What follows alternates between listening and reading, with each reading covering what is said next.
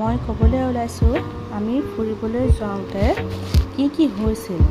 যিহেতু আমি গৈছিলোঁ 2025 27 ছেপ্টেম্বৰ মাহত আৰু আমাৰ যাত্ৰা আছিল যোৰহাটৰ পৰা কলকাতা আৰু তাৰপাছত উৰিষ্যা জগন্নাথ মন্দিৰ।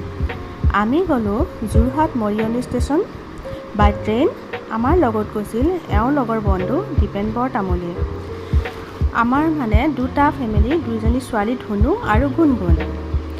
আৰু তেওঁলোকে মানে তাহাঁত দুজনী লগ পালে বিৰাট ফূৰ্তি পায় আৰু তাহাঁতে লগ পালে ফূৰ্তিয়ে তাৰ মাজত আকৌ কাজিয়াও।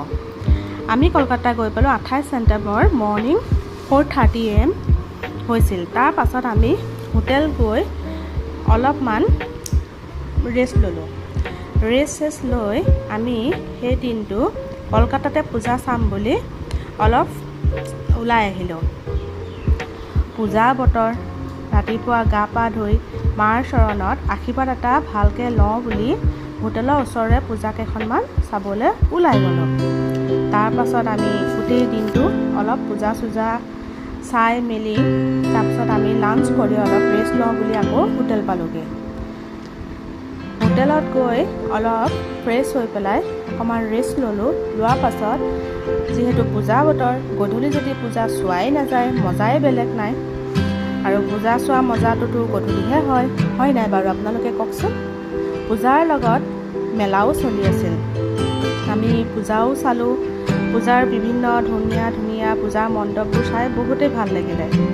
আৰু ৰাতি ডেক'ৰেশ্যনৰ কথাও বেলেগ। ধুনু আৰু গুণগুণে মেলাৰ আনন্দ ল'লে।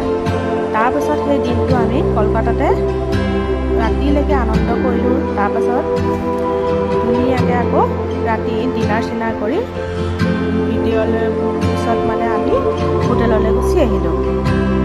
তাৰ পাছৰ ভিডিঅ'খিনিৰ কাৰণে আপোনালোকে অলপ অপেক্ষা কৰক।